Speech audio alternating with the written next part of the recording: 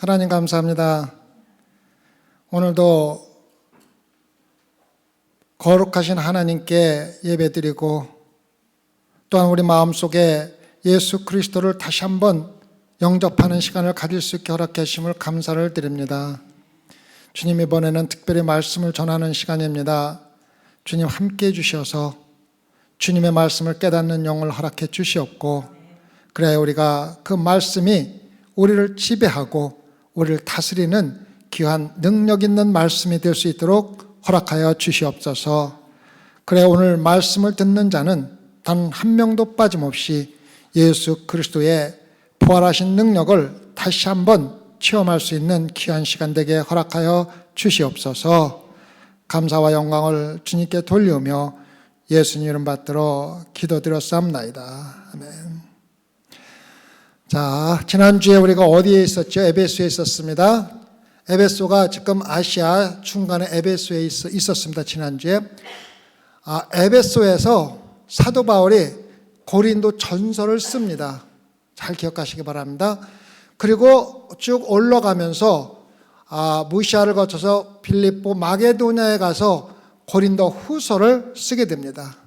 후서를 쓰게 됩니다. 잘 기억하시기 바랍니다. 빌립보 있는 데가 바로 마게도냐 지역입니다. 아마 빌립보나 그 지역에서 고린도 후서를 썼을 것입니다. 그 다음에 내려오면서 고린도에서 3개월을 있습니다. 3개월을 있으면서 거기서 로마서를 써서 로마로 보냅니다. 자기가 로마에 가고 싶다는 그 마음을 전하면서 로마서를 보냅니다. 그리고 고린도에서 배를 타고 직접 맨 오른쪽에 있는 시리아 안디옥으로 넘어오려고 했지만은 누군가가 죽이려 한다는 소리를 듣고 다시 올라가서 빌립보를 거쳐서 지금 오늘은 어디 와 있냐면 드로아라는 지역에 지금 와 있습니다. 아시겠죠? 그래서 오늘 말씀은 여러 군데를 많이 돌아다니는데 실질적으로 5절, 6절에 완전히 종합해서 모든 것을 우리에게 가르쳐주고 있습니다. 그래서 여러분들이 오늘은 정신을 좀 똑바로 차리고 들으셔야 오늘 말씀이 조금 어렵기 때문에 많은 기간을 전부 다 커버해야 되기 때문에 좀 어렵기 때문에 좀 정신을 차려서 들으시기 바랍니다. 인간이 위조할 수 없는 게 많지만은 그 중에 가장 큰 것은 예수 그리스도의 부활은 인간이 절대로 위조할 수 없는 실제로 일어난 사건입니다. 애굽 술사들이 모세를 모방한 것 같이 이적과 기적은 분명히 위조될 수가 있습니다. 그리고 또한 우리의 족보나 우리의 가문은 위조할 수가 있지만 죽은 자 가운데서 다시 살아나는 것은 예수 그리스도가 육신으로 오신 하나님이셨다는 사실을 궁극적으로 아무도 부인할 수 없는 방법으로 증거해 주는 것입니다. 또한 예수 그리스도의 부활 위에 세워진 우리가 섬기고 있는 예수 그리스도의 교회는 그리스도 안에서 다시 살려주신 거듭난 하나님의 은혜로 구원받은 성도들로 이루어진 예수 그리스도의 지체입니다. 에베소서 2장 5절을 보면은 허물로 죽은 우리를 그리스도 예수 안에서 살리셨고 너희가 은혜로 구원을 얻은 것이라. 기독교를 공개적으로 멸시하던 절대적인 불신자인 볼테르는 기독교와 경쟁할 수 있는 종교를 만드는 방법을 알고 있다고 선언했습니다. 그 비밀이 무엇인지 다음과 같이 말했습니다. 우리가 기독교와 경쟁하기 위해 필요한 것은 새로운 종교를 만드는 창시자가 죽었다가 다시 살아나는 것뿐입니다라고 고백을 했습니다. 그러나 이 세상의 역사를 통해서 인간으로 태어나서 죽었다가 다시 살아서 영원히 사신 분은 예수 그리스도밖에 없습니다. 다시 말하면 예수 그리스도의 종교를 아무도 카피하거나 만들어낼 수 없다는 것입니다. 예수 그리스도로 실제로 부활한 사람은 지금까지 단 한 명도 없다는 사실을 오늘 우리가 알게 됩니다. 물론 예수님께서 다시 살리신 사람들이 있었지만은 그 사람들도 결국은 죽었다는 것입니다. 예수 그리스도인이 부활하여 영원히 죽지 않았다고 말씀하실 분은 예수 그리스도밖에 없다는 것입니다. 요한복음 11장 25절과 26절을 보면 예수께서 가라사대 나는 부활이요 생명이니 나를 믿는 자는 죽어도 살겠고 무릇 살아서 나를 믿는 자는 영원히 죽지 아니하리니 이것을 내가 믿느냐. 이것은 우리 인간이 선포할 수 있는 최고의 말씀입니다. 예수님께서 개인적으로 죽음을 정복하심으로써 이 말씀을 확인해 주셨습니다. 나팔소리와 함께 예수 그리스도가 재림하시면서 무덤들이 비워지고 죽은 자가 다시 살아날 때 그들이 부활하는 모습을 보고 예수 그리스도가 자신이 부활한 유일한 분이라는 것을 다시 한번 우리에게 증명하실 것을 우리는 잘 알고 있습니다. 그러나 예수께서 이미 부활하신 2000년 전과 언젠가는 모르지만 예수님께서 부활하시는 그날 사이에 지금 우리가 섬기고 있는 교회 시대에 죽음을 이기신 예수 그리스도의 부활의 능력을 우리에게 다시 보여준 사건이 오늘 일어났다는 것입니다. 하나님은 드로아라는 작은 마을에서 예수 그리스도의 부활을 다시 한번 증거하기로 선포하셨고 오늘 말씀을 통해서 우리가 함께 경험할 수 있도록 성령님께서 우리 안에서 역사해 주신다는 것입니다. 오늘 성경 말씀에서 우리가 고린도를 달려서 다시 돌아와 가지고 마게도냐를 거쳐서 드로아에 들어와 있으면서 드로아에서 사도 바울이 무엇을 맞이하냐면 부활절을 맞이하는 모습을 우리가 함께 경험하게 된다는 것입니다. 사도행전 20장 1절과 5절을 보면은 소요가 그침에 바울이 제자들을 불러 권한 후에 작별하고 떠나 마게도냐로 가니라. 그 지경으로 다녀가며 여러 말로 제자들에게 권하고 헬라에 이르러 거기 석 달을 있다가 배 타고 수리아로 가고자 할 그때에 유대인들이 자기를 해하려고 공모함으로 마게도냐로 다녀 들어가기를 작정하니 아시아까지 함께 가는 자는 베레아 사람 브로의 아들 소바다와 데살로니가 사람 아리스다고와 세군도와 더베 사람 가이오와 디모데와 아시아 사람 두기오와 드로비모와 그들은 먼저 가서 드로아에서 우리를 기다리더라. 위험에 처한 사도 바울과 함께 아시아까지 따라가는 여러 성도들이 있었다는 말씀을 오늘 말씀을 읽으면서 복음을 전하면서 지치고 버림받고 위험을 당하고 핍박을 받은 사도 바울이 참된 성도들의 사랑의 마음에서 나오는 위로를 얼마나 귀중하게 느꼈는지를 한번 생각해 보게 됩니다. 성도 여러분, 충성스러운 하나님의 일꾼들과 함께하며 서로 위로하고 격려하고 하는 성도의 교제는 우리가 이 세상에서 가질 수 없는 가장 귀중한 보물로 여겨야 하는 하나님의 은혜로운 선물 중 하나이며 우리는 이것에 대해서 대단히 감사를 해야만 합니다. 하나님의 충실한 일꾼들을 위로하고 격려하는 것은 여러분이 하나님께 충실한 종들에게 귀중한 봉사를 할 수 있는 방법 중 하나이며 따라서 주님이신 예수 그리스도께 감사하는 참된 성도들의 봉사라는 것을 사도 바울을 통해서 우리가 깨닫게 됩니다. 소망교회 성도들 간의 사랑의 교제는 하나님을 섬기는 어렵고 힘든 일을 함께 하면서 서로에게 새로운 힘을 얻게 하는 가장 중요한 우리들의 교제 시간이라는 것입니다. 그래서 우리가 서로 위로하고 격려해야 할 귀중한 성도의 교제 시간을 부정한 말이나 가십 등을 통해서 낭비하거나 서로 상처를 주는 그러한 잘못된 시간으로 사용해서는 절대 안 된다는 것을 마음에게 새겨두고 예수 그리스도가 함께하는 사랑의 교제를 하시기를 부탁을 드리는 것입니다.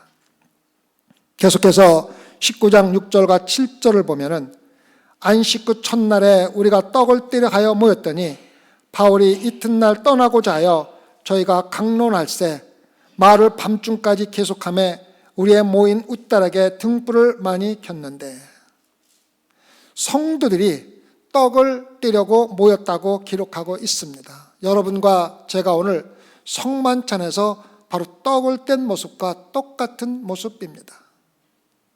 이 구절은 초대교회 성도들이 주님의 성만찬을 하는 것을 우리에게 가르쳐주고 있습니다. 그들은 주님의 마지막 명령인 이를 행하여 나를 기념하라는 주님의 말씀에 순종하기 위해서 그들은 모일 때마다 성만찬을 했습니다. 실질적으로 모일 때마다 성만찬을 행한 것입니다.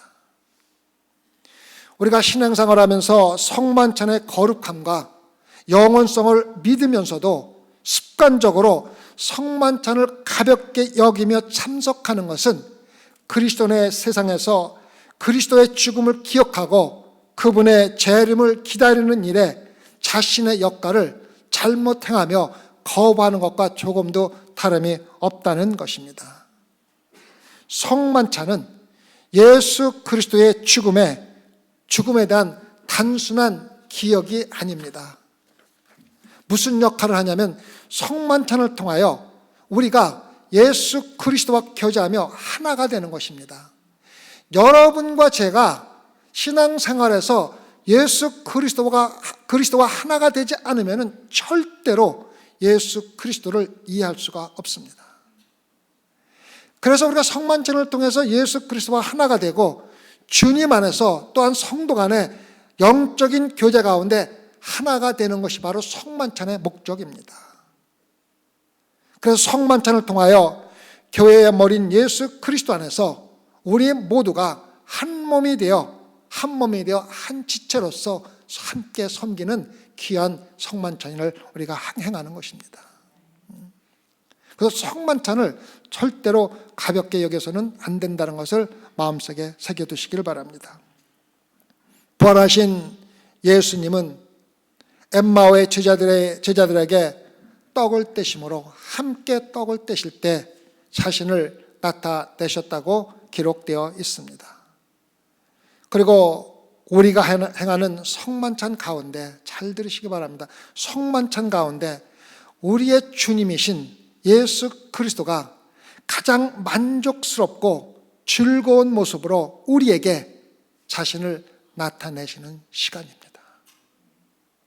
우리가 함께 모여 떡을 뗄 때가 예수 그리스도의 참 모습을 실질적으로 볼 수 있는 귀중한 시간이라는 것을 알고 성만찬에 참석할 때 예수 그리스도와 영적인 교제를 하는 그러한 마음으로 동참을 하라는 것입니다.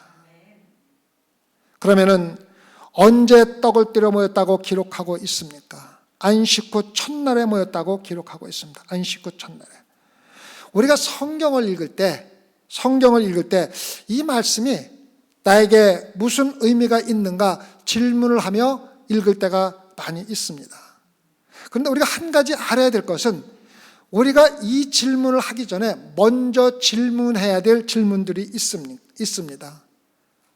무엇이냐면은 언제 일어났는가라는 질문을 항상 먼저 해야 됩니다. 말씀의 가장 중요한 의미가 어디에서 일어났으며 언제 일어났는가를 알을 적에 그 말씀에 우리에게 주는 의미와 그것을 알지 못하고 무조건 해석하려고 하는 의미는 전혀 다르다는 것을 우리가 알아야만 한다는 것입니다. 예를 들면은 예수님께서 성전에 있어서 나는 세상의 빛이라는 놀라운 말씀을 하셨을 적에 초막절 기간에 말씀하셨다는 것을 먼저 알아야 이 말씀을 우리가 이해할 수가 있다는 것입니다. 왜 예수님이 나는 세상의 빛이라고 말씀을 하셨는가? 초막절 축제의 중요한 행사 가운데 하나는 연복궤 앞에서 성전을 밝히는 촛불 예식을 행하는 것이었습니다. 연복궤 앞에는 수백 명들의 관징들이 앉을 수 있는 관중석이 둘러서 마련되어 있습니다. 그리고 거대한 안뜰의 중앙에는 공중으로 높이 솟아있는 4개의 엄청나게 큰 촛대가 준비되어 있었습니다. 초막절 기간에는 4개의 금촛대에는 각각 밑에 금 대접이 있고 4명의 제사장은 등잔에 끊임없이 기름을 붓고 하늘을 밝히는 행사가 바로 초막절 기간에 일어난다는 것입니다. 그래서 초막절의 첫날 저녁에 이 4개의 거대한 촛불을 붙여서 엄청나게 놀라운 빛을 발하게 만들어 놓았습니다. 이 촛대는 여러분이 잘 아시다시피 광야에서 이스라엘 백성을 인도한 불기둥을 상징하고 있었던 것입니다. 그 전날 연복궤 앞에서 거대한 촛대가 촛불의 빛을 발하고 있었습니다. 하지만 행사가 끝나고 나면은 초막절이 끝나면서 촛불이 꺼져서 어두워지게 된다는 것입니다. 이때 예수님께서 연복궤 앞에서 나는 세상의 빛이라고 말씀을 하신 겁니다. 요한복음 8장 12절을 보면 예수께서 또 일러 가라사대 나는 세상의 빛이니 나를 따르는 자는 어둠에 다니지 아니하고 생명의 빛을 얻으리라. 이 말씀의 중요성은 그 다음에 나오는 요한복음 8장 20절에 기록되어 있습니다. 이 말씀은 성전에서 가르칠 때에 연복궤 앞에서 하셨다는 것입니다. 연복궤 앞에서 하셨다는 것입니다. 다시 말하면은 예수님은 초막절에 사용한 거대한 촛불이 있는 연복궤 앞에 앉아 계셨다는 것입니다. 초막절의 거대한 행사가 끝나고 그 밝았던 촛불이 꺼지고 어두워진 연복궤 앞에서 예수님은 나는 영원히 꺼지지 않는 세상의 빛이다. 나를 따르라. 그리하면 결코 다시는 어두움에 거하지 아니하리라 말씀하신 것이라는 것을 우리가 분명히 이해할 수가 있는 것입니다. 그래서 이 말씀은 예수님이 거대한 촛불이 꺼진 초막절이 끝난 후 어둡고 캄캄한 연복궤 앞에서 말씀하신 것이라는 것을 알 때 정확하게 그 뜻의 의미를 마침내 이해할 수가 있는 것입니다. 그래서 어디에서 사건이 일어났고 언제 일어났는지가 왜 일어났는지를 또 무엇을 의미하는지를 깨닫는데 놀라운 의미를 우리에게 가져다 준다는 것입니다. 이것을 마음에 두고 이제 사도행전 20장 말씀을 공부하면서 누가가 분명히 원하는 질문을 먼저 하지 않는다면 누가가 우리에게 전하고자 하는 참된 말씀의 진리를 잃어버리게 된다는 것입니다. 그것은 언제 이런 일이 일어났나는 질문입니다. 사도행전 6절은 20장 6절은 무교절 후에 일어났다고 기록하고 있습니다. 무교절 후에. 무교절이 무슨 기간입니까? 6월절 기간입니다. 무교절은 6월절 기간에 무교병을 먹고 무교절을 지키게 됩니다. 이스라엘 백성들이 애굽에서 탈출한 것을 기억하던 때가 바로 무교절, 다시 말하면 6월절 기간입니다. 하나님이 모세를 통하여 조상에게 어린 양을 잡아 구워 먹으라고 명령하신 때가 출애굽 바로 직전입니다. 그들은 또한 어린 양의 피를 노예로 살던 오두막의 집 문설주에 발라야 한다고 말을 했습니다. 그러면 죽음의 천사가 그들의 집에서 처음 난 장자들의 생명을 앗아가지 못했다는 것입니다. 그날 밤 죽음의 천사가 어린 양의 피가 없는 집을 돌아다니면서 처음 난 자들의 생명을 빼앗아 간 것을 여러분과 저는 잘 알고 있습니다. 하지만 말씀에 순종한 자들에게는 죽음의 천사가 그 집을 넘어갔다고 기록하고 있습니다. 그래서 6월은 넘어갔다는 의미이며 죽음의 천사가 넘어간 날을 기념하는 기간이 바로 유월절입니다. 6월 달에 기념하는 것이 6월절이 아니고 넘어간, 다시 말하면 피를 바른 그 집을 넘어간 6월절입니다. 예수님께서 바로 이 6월절 기간 동안에 십자가에 못 박히신 것을 여러분과 저는 복음서에서 잘 알고 있습니다. 이스라엘 백성이 어린 양과 피를 문설주에 바르고 죽음을 피한 것을 기념하는 기간 동안에 하나님의 어린 양인 예수 그리스도가 십자가에 달려 피를 흘리셨고 자기를 못 믿는 모든 자들을 예수 그리스도의 피로 인하여 구원하셨다는 기간이 바로 유월절 기간입니다. 20장 6절이 말하는 무교월절 후는 유월절 후이며 예수님이 유월절 바로 전에 십자가에 달려 돌아가신 그 바로 후를 이야기하는 것입니다. 예수님이 십자가에 못 박혀 죽으신 후에 무슨 일이 일어났는가를 우리가 한번 질문해 보게 되는 겁니다. 무슨 일이 일어났습니까? 예수님이 부활하셨잖아요. 예수님이 6월절 바로 전에 돌아가시고 6월절이 지나고 첫째 안식날 주 첫날 예수님이 부활하셨잖아요. 그래서 6월절 기간에 우리가 예수 그리스도의 부활을 기다리고 있는 시간에 일어났다는 것입니다. 그래서 누가는 이 사건이 사도 바울이 드로아에서 행한 사건이 부활절에 일어났음을 우리가 먼저 알아야 그 사건의 의미를 우리가 정확하게 이해할 수 있다는 것입니다. 다시 말해서 6월절 제3의 완성과 예수 그리스도의 부활을 기념하는 날에 사도 바울이 행한 사건이 함께 일어난 것을 알아야 왜 그러한 사건이 일어났는가를 그 말씀의 의미를 우리가 깨달을 수가 있다는 것입니다. 또한 예수 그리스도가 부활하신 요일을 기억하십니까? 무슨 요일에 기억하셨습니까? 주일의 첫째 날 또는 일요일입니다. 7절은 안식 후 첫날 우리가 떡을 떼라 하여 모였다고 기록하고 있습니다. 안식 후 첫날. 안식일이 언제입니까? 토요일입니다. 하나님께서 일요일이 첫째 날입니다. 일요일부터 금요일까지 일하시고 토요일을 안식일로 정하셔서 안식일을 마지막 날로 정하셨는데 안식 후 첫날은 일요일의 첫 주일입니다.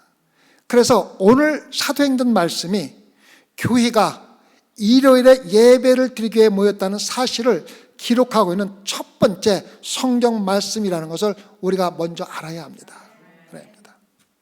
성경은 주일의 첫째 날, 즉 일요일을 요한계시록 1장 10절에 나오는 주의 날, 주님의 날이라고 기록하게 된 것입니다. 그리스도의 부활을 기념하여 교회는 주일의 첫날에 함께 모여 예배하기 시작했다는 근거가 바로 사도행전 여기에 있는 것입니다.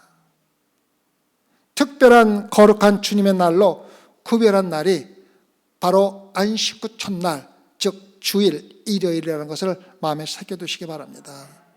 예수 그리스도께서 죽은 자 가운데서 살아나셔서 구속사역을 완성하신 것은 주일의 첫 번째 날, 즉 우리가 매주 예배를 드리는 일요일이라는 것을 알아야만 합니다. 믿는 성도들에게는 실질적으로 매일매일이 예배 드리는 날입니다. 하지만 성경에 기록된 대로 예수 그리스도가 부활한 날을 주님의 날이라고 정해서 함께 모여서 예배를 드리는 우리의 그리스도의 예배 날이 전해져 내려오게 된 것입니다. 그래서 2세기에 한 200년 당시에 저스틴 마더라는 교회 지도자는 그 당시에 그리스도인들이 어떻게 예배를 드렸는지를 다음과 같이 설명하고 있습니다. 일요일이라고 하는 날에는 도시에 사는 사람이나 시골에 사는 사람이 모두 한 곳으로 모여 시간이 허락하는 한 사도들의 편지나 선지자의 글을 낭독합니다. 일요일은 우리의 구세주 예수 그리스도가 같은 날 죽은 자 가운데서 살아나셨기 때문에 우리 모두가 함께 모여 예배를 드리는 날이 일요일입니다라고 기록하고 있습니다. 그래서 일요일 날 예배를 드리는 기독교의 예배 시간은 사도행전에서 시작해서 2세기에서도 그 전통이 계속 이어졌다는 것을 우리가 쉽게 볼 수 있습니다. 그래서 지금도 주일은 함께 모여, 기억하시고 함께 모여야 합니다. 함께 모여 예배를 드리는 중요한 날입니다. 그리고 이 특별한 일요일은 그리스도께서 죽음에서 부활하신 것을 기념하는 날입니다.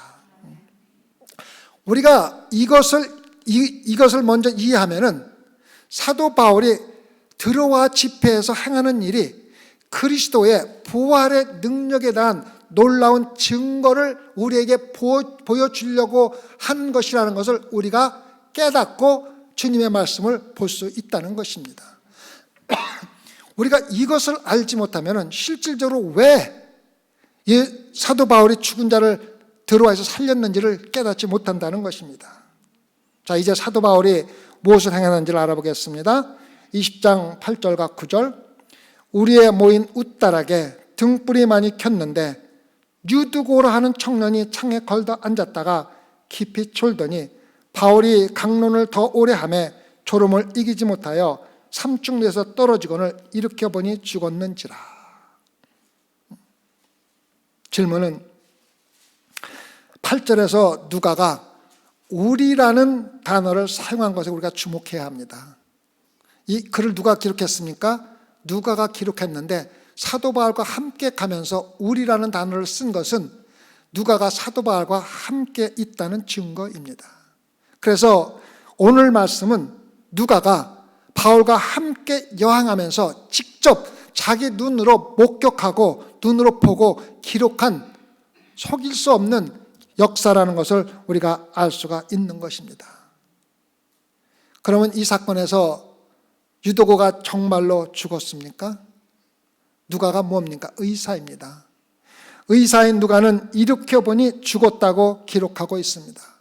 그래서 실질적으로 여기서 사용하고 있는 죽었다는 단어는 시체라는 단어로 사용이 되는 단어입니다. 그래서 의사인 누가는 유두고가 죽었을 뿐만 아니라 시체로 남아 있었다고 이야기를 해주고 있는 것입니다. 그 증거가 그 다음에 나옵니다. 계속해서 20장 10절을 보면 바울이 내려가서 그 위에 엎드려 그 몸을 안고 말하되 떠들지 말라 생명이 저에게 있다 하고. 자, 보십시오. 엘리야가 한 것과 똑같은 방법으로 바울은 이 시체 위에서 자신의 몸을 놓고 그 시체를 팔로 껴안은 것입니다. 그의 떠들지 말라 생명이 있다고 말한 이유를 우리가 반드시 알아야 합니다. 시끄러워서 떠들지 말라고 한 것이 아니라, 떠들지 말라는 말은 사람들이 아이가 죽었다는 것을 확인하고 죽은 자를 위한 통곡이 시작되었다는 것을 우리에게 가르쳐주고 있는 것입니다. 그래서 사도 바울이 떠들지 말라는 말은 아이가 죽은 것이 아니라 다시 살아났다는 것을 확인한 후에 죽은 자를 통곡하듯이 통곡하는 것을 멈추지 말라는 것을 이야기해 주고 있는 것입니다. 그래서 이 아이는 죽은 것이 확실하며 사도 바울의 기도를 통해서 다시 살아난 것이 분명하다는 것을 우리가 알 수가 있다는 것입니다. 계속해서 20장 11절과 12절을 보면 올라가 떡을 떼어 먹고 오랫동안 곧 날이 새기까지 이야기하고 떠나니라. 사람들이 살아난 아이를 데리고 와서 위로를 적지 않게 받았더라. 그래서 먼저 말씀대로 이 사건은 다시 살아난 사건이 언제 일어났습니까? 부활절날 일어났습니다. 그래서 부활절날 부활의 능력을 잘 설명해 주고 있는 사건이라는 것을 우리가 알 수가 있다는 것입니다. 생명을 주는 복음의 능력을 실질적으로 우리 눈으로 볼 수 있도록 보여준 사건이 바로 사도 바울이 유도고를 살리는 사건이라는 것을 우리가 알 수가 있습니다. 사도 바울이 부활절날 예수 그리스도의 부활의 능력을 말씀으로 전할 때 실제로 죽은 아이를 살림으로 자기가 전하는 부활의 능력을 반발할 수 없는 방법으로 증거해 주었다는 것을 우리가 알 수가 있는 것입니다. 이 모든 것들이 설교 말씀과 우연히 일치하고 있습니까? 이러한 일들이 일어났을 때 우연히 일어난 사건입니까? 절대 아닙니다. 하나님께서 철저하게 계획하신 것이라는 걸 우리가 알아야만 합니다. 이제 6월절이 막 끝났습니다. 어린 양인 예수 그리스도가 죽임을 당하셨습니다. 예수 그리스도는 십자가에 못 박혀 죽었습니다. 이제 부활절을 느끼고 있었습니다. 이때에 죽은 아이가 살아난 사건은 주일의 첫째 날, 즉 예수께서 다시 살아나신 날, 교회가 죽음보다는 생명을 기념하기 위해서 따로 정한 부활절날 일어났다는 것을 우리가 알아야만 합니다. 유도고가 부활절 다시 살아나는 것은 예수 그리스도의 부활에 대한 바울의 설교를 직접 증거해주고 있는 하나님의 철저한 계획하에서 일어났다는 것을 상상해 보시기 바랍니다. 또한 이 사건은 죄로 인하여 영적으로 죽어 있는 여러분과 저를 살리시는 예수 그리스도의 구원의 은혜를 우리에게 가르쳐주고 있습니다.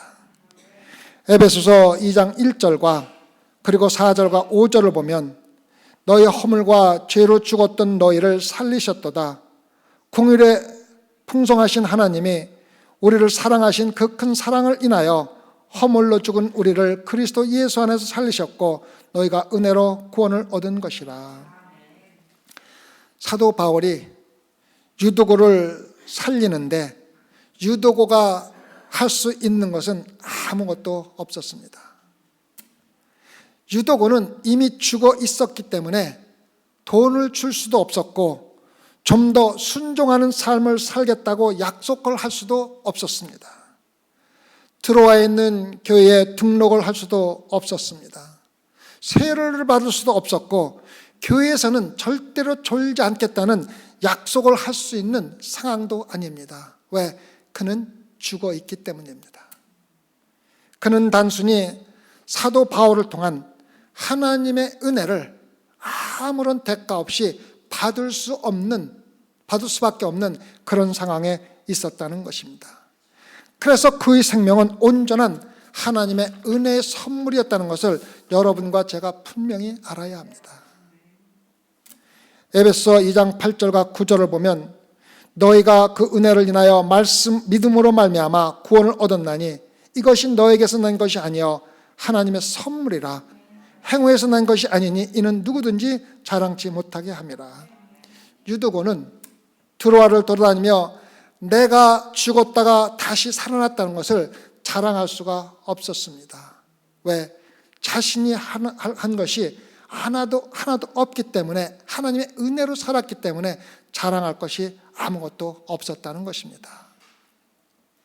골로새서 2장 13절과 15절을 보면 또 너희의 범죄와 육체의 무할례로 죽었던 너희를 하나님이 그와 함께 살리시고 우리에게 모든 죄를 사하시고 우리를 거스리고 우리를 대적하는 의문에 쓴 증서를 도말하시고 죄하여 버리사 십자가에 못 박으시고 정사와 권세를 벗어버려 밝히 드러내시고 십자가로 승리하셨느니라. 다시 말해서 예수 그리스도만이 여러분과 저의 구원을 위해서 필요한 모든 것을 하셨다는 것입니다. 육적으로 죽은 유두고가 자기의 구원을 위해서 다시 살아나기 위해서 한 것이 아무것도 없듯이 영적으로 죽어 있는 여러분과 저는 영적으로 다시 태어나 영원한 생명을 얻는데 할 수 있는 것이 아무것도 없다는 것을 분명히 알아야만 합니다. 여러분과 저의 영원한 생명은 온전히 하나님의 은혜로 예수 그리스도를 통해서 우리에게 주어진 거저 주신 하나님의 은혜입니다. 하나님의 선물입니다. 또한 유도고의 이름이 행운이라는 의미가 있는 것 같이 예수 그리스도로 다시 태어난 사람들은 정말로 복이 있는 자입니다. 이 세상에서 엄청난 재물을 가진 자보다도 더 복이 있는 자가 예수 그리스도를 통하여 구원받은 자들입니다. 에베소서 1장 3절을 보면 찬송하리로다. 하나님 곧 우리 주 예수 그리스도의 아버지께서 그리스도 안에서 하늘에 속한 모든 신령한 복으로 우리에게 복 주신 것이라고 이야기하고 있습니다. 또한 12절에 나오는 I라는 단어는 노예, 즉 종을 지칭하는 데도 사용할 수가 있었습니다. 그래서 유두고는 누군가의 하인이었으며 종이었다는 것을 우리는 또한 말씀을 통해서 알 수가 있습니다. 그래서 요한복음 8장 34절과 36절을 보면 예수께서 대답하시되 진실로 진실로 너에게 이르노니 죄를 범하는 자마다 죄의 종이라. 종은 영원히 집에 거하지 못하되 아들은 영원히 거하나니 그러므로 아들이 너희를 자유케 하면 너희가 참으로 자유하리라. 그리고 32절에서 진리를 알지니 진리가 너희를 자유케 하리라. 부활절날 일어날 수 있는 가장 아름다운 경험을 한 사람은 죽었다 다시 살아난 유두고입니다. 그는 누군가의 종이었고 떨어졌고 죽었습니다. 하나님의 은혜는 그의 죽음을 생명으로 바꿔주고 새 생명을 선물로 준 것입니다. 그리고 이 모든 일은 예수 그리스도의 부활과 교회 탄생의 기념일인 부활절에 일어났습니다. 예수 그리스도의 부활을 다시 한번 증거해 준 귀중한 하나님의 철저한 계획하에서 일어난 사건입니다. 요한복음 11장 25절과 26절 다시 한번 읽어보면 예수께서 가라사대 나는 부활이여 생명이니 나를 믿는 자는 죽어도 살겠고 무릇 살아서 나를 믿는 자는 영원히 죽지 아니하리니 이것을 내가 믿느냐. 소망교회 성도 여러분, 예수님은 죽음에서 부활하셨고 부활하신 예수 그리스도를 믿으면 우리도 부활하여 영원히 죽지 않는다는 부활의 진리를 여러분은 믿습니까? 만약 믿는다면 부활에 합당한 거룩한 삶을 살며 여러분이 예수 그리스도를 통하여 다시 태어났다는 것을 증거하면서 신앙생활하고 있습니까? 기도하십시다. 주님, 우리는 다시 태어난 성도들입니다. 성도다운 삶을 살게 해주시옵고 거룩한 예수 그리스도의 삶을 본받아 거룩한 성도의 삶을 살 수 있게 인도하여 주시고 은혜 내려 주시옵소서. 그리고 구원받았다고 고백한 저희들의 삶이 예수 그리스도에게 부담이 되는 것이 아니라 영광이 될 수 있는 삶이 되게 인도하여 주시옵소서. 감사하며 예수님 이름 받들어 기도드렸사옵나이다.